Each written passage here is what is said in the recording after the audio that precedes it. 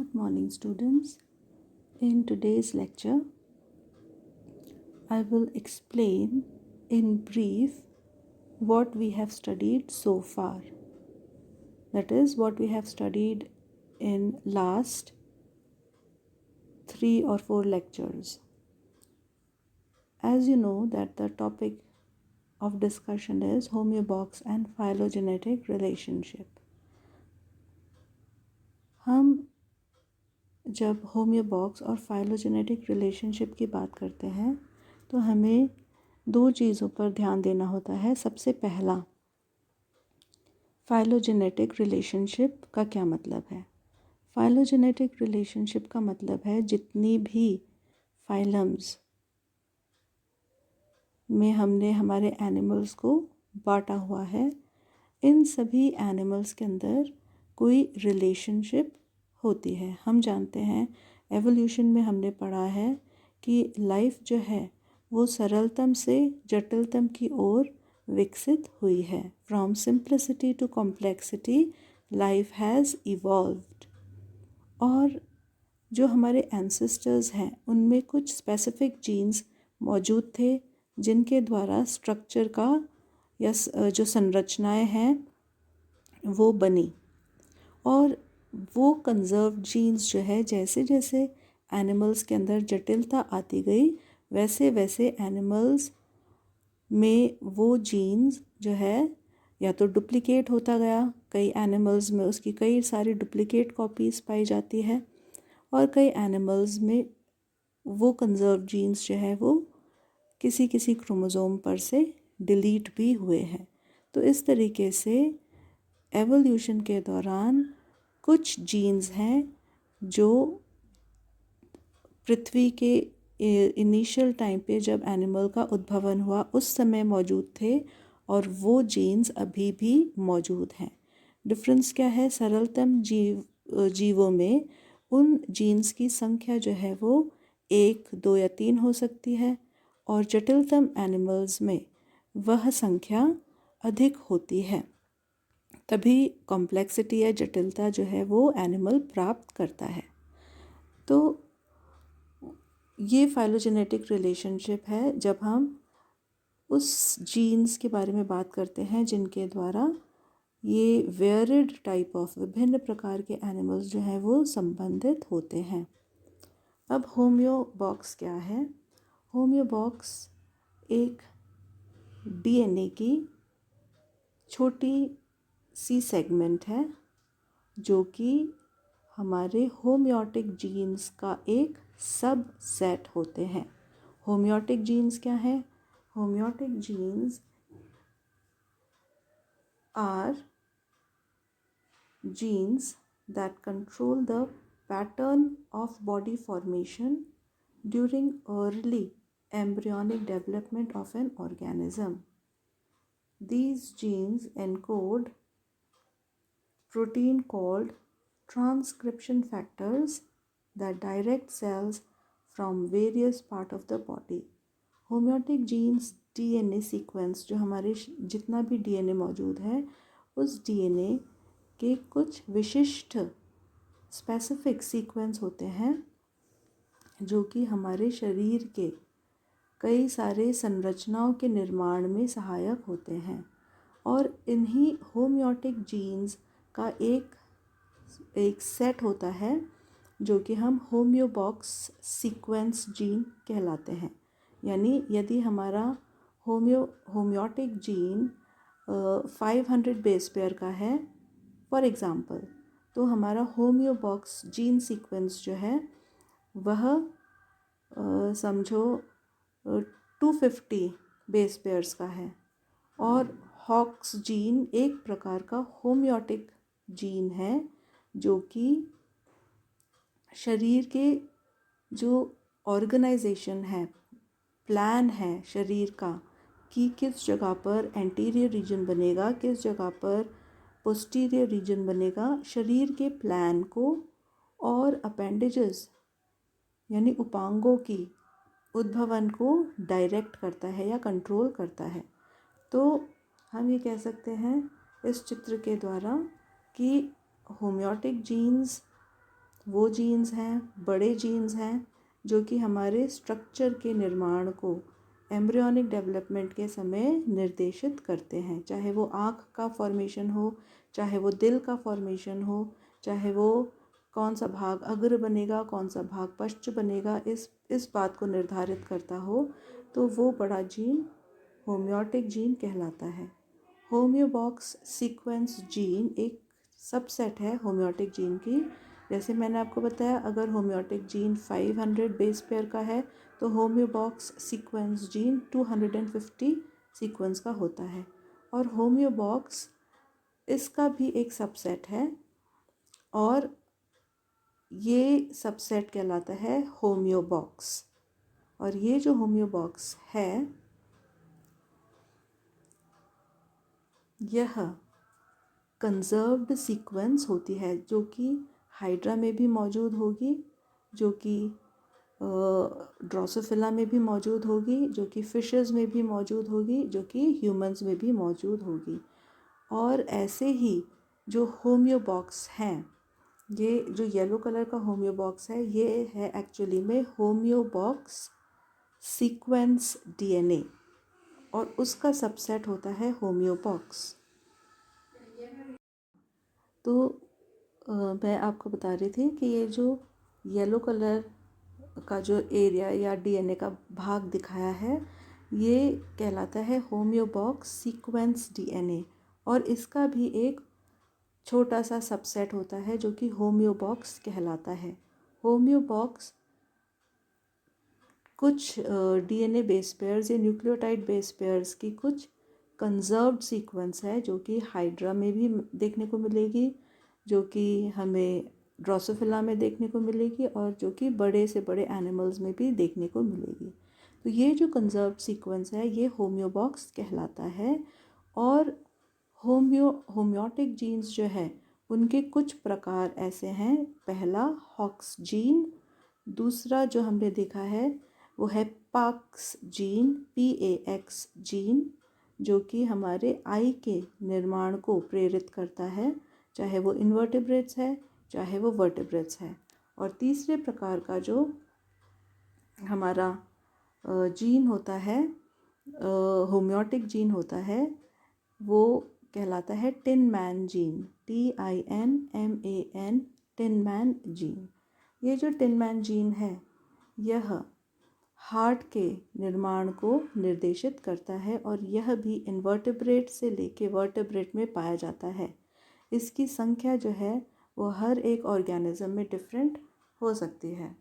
तो जब हम हॉक्स जीन के बारे में बात कर रहे हैं तो इन मोस्ट बाइलेट्रियन एनिमल्स, यानी वो एनिमल जो कि दो भाग में विभाजित होते हैं, राइट साइड और लेफ़्ट साइड जिनका बनता है, या वो एनिमल जो एंटीरियर पोस्टीरियर प्लेन से जब हम काटते हैं तो मिरर इमेज का निर्माण करते हैं, वे एनिमल्स बाइलेट्रियन एनिमल कहलाते हैं। तो Hox genes are expressed in staggered domain along the head to tail axis of the embryo।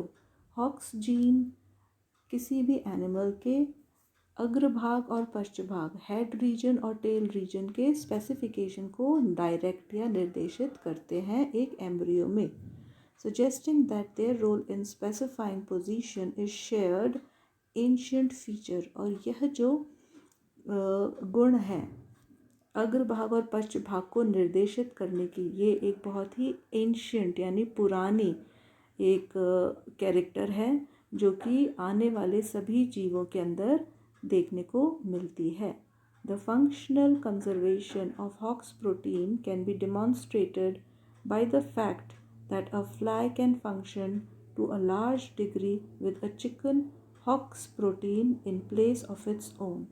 और ये बात कि हॉक्स प्रोटीन जो है, जो कि हॉक्स जीन्स के द्वारा बनते हैं, ये बहुत ही कंजर्व्ड सीक्वेंस है। इनके द्वारा ट्रांसक्रिप्शन फैक्टर्स बनते हैं, जो कि पिछले क्लास में मैंने आपको बताया था।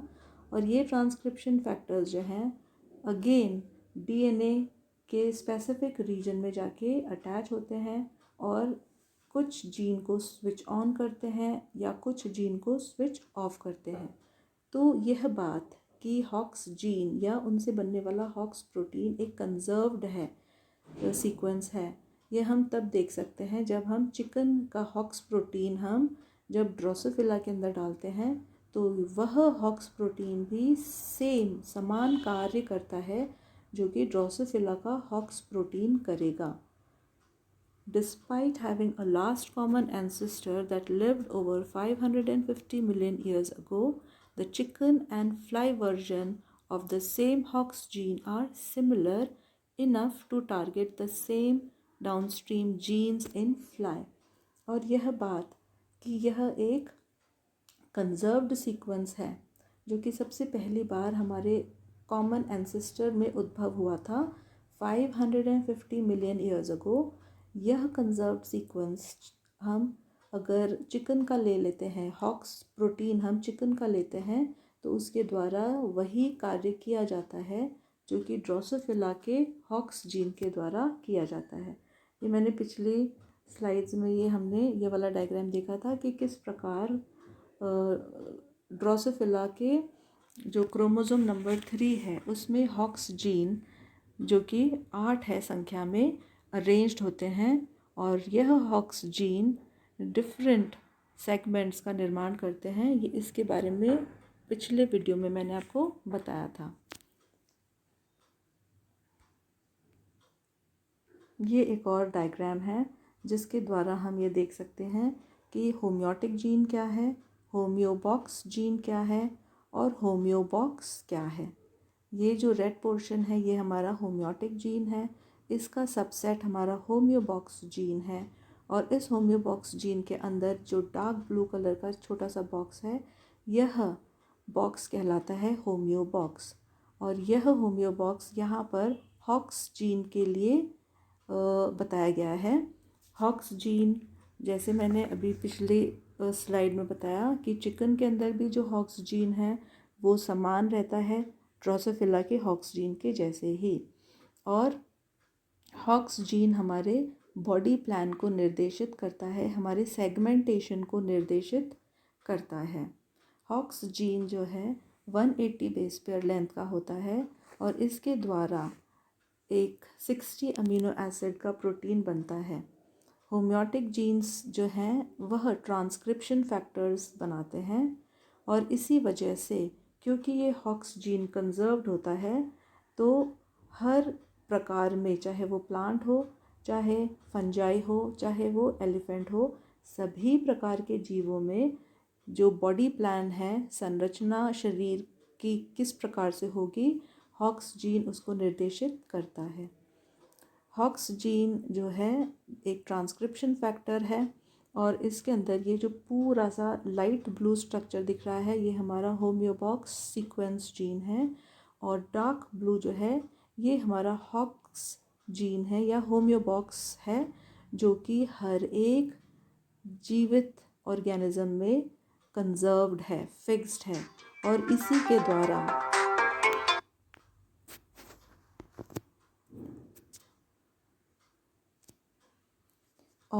के द्वारा हमारे जो जीन का एक्टिवेशन या जीन का डीएक्टिवेशन, स्विच ऑन और स्विच ऑफ जो है वो इसी ट्रांसक्रिप्शन फैक्टर के द्वारा होता है. पाक्स जीन एक और ग्रुप ऑफ जीन्स है जो कि हर एनिमल्स में पाया जाता है, चाहे वो ड्रोसोफिला हो चाहे वो ह्यूमंस हो. पाक्स जीन आई की फॉर्मेशन को निर्देशित करता है. यह 384 बेस पेयर का होता है और मानव में यह क्रोमोसोम 1, 2, 7, 9, 10, 11, 14 और 20 में पाया जाता है और ड्रोसोफिला में यह क्रोमोसोम 4 में पाया जाता है. मैमल में ये 9 जीन्स हैं, Pax 1, Pax 2, Pax 3, Pax 4, Pax 5, Pax 6, 7, 8, 9. ये 4 ग्रुप में डिवाइडेड होते हैं. इसी तरीके से एक और होम्योटिक जीन है टिन मैन जीन जो कि हार्ट के फॉर्मेशन को निर्देशित करता है, चाहे वो इन्वर्टेब्रेट्स हो चाहे वो वर्टेब्रेट हो. यह एक फिक्शनल कैरेक्टर यानी एक काल्पनिक चरित्र से लिया गया है जो कि जिसका नाम टिन मैन वुडमैन था, टिन वुडमैन था, तो वुड को हटा के टिन और मैन रख लिया गया है। यह कैरेक्टर ऐसा कैरेक्टर है जिसके अंदर हार्ट नहीं होता है, दिल उपस्थित नहीं होता है। तो टिन मैन जिस भी ऑर्गेनिज्म के अंदर म्यूटेटेड हो जाता है या अनुपस्थित होता है, उस एनिमल में हार्ट का बनना देखा नहीं जाता है। तो इस वजह से एक टिन मैन जीन जो है वह भी एक होम्योटिक जीन है। ये 349 बेस पेयर का होता है, जिस प्रकार से हॉक्स जीन 180 बेस पेयर का है, ठीक उसी तरीके से tin man gene 349 base pair का होता है। ड्रोसोफिला में यह क्रोमोसोम 3 में उपस्थित होता है और मानव में ये क्रोमोसोम 5 में उपस्थित होता है। हॉक्स जीन हर एनिमल्स में कंजर्व्ड है। ये इस डायग्राम से हम देख सकते हैं कि अर्चिन के अंदर इसकी एक कॉपी है, हेमिकॉर्डेट्स में भी इसकी एक कॉपी है, यानी ये एक क्रोमोसोम में इस प्रकार से व्यवस्थित है। और मैमल्स, फिशेस आदि में इसकी 4 जो क्लस्टर्स हैं, 4 क्रोमोसोम में यह पाया जाता है। यह एक और चित्र है जो कि यह दर्शाता है कि हॉक्स जीन जो है वो लोअर एनिमल्स से लेकर हायर एनिमल्स जैसे एम्फिऑक्सिस, ड्रोसोफिला, फिशेस, इनवर्टेब्रेट्स में जैसे हमारे ये साइनोरेप्टाइटिस एलिगन्स, सी एलिगन्स में, ड्रोसोफिला में, हमारे एमोसीट लार्वे में और हमारे मानव के एम्ब्रियो में यह पाया जाता है।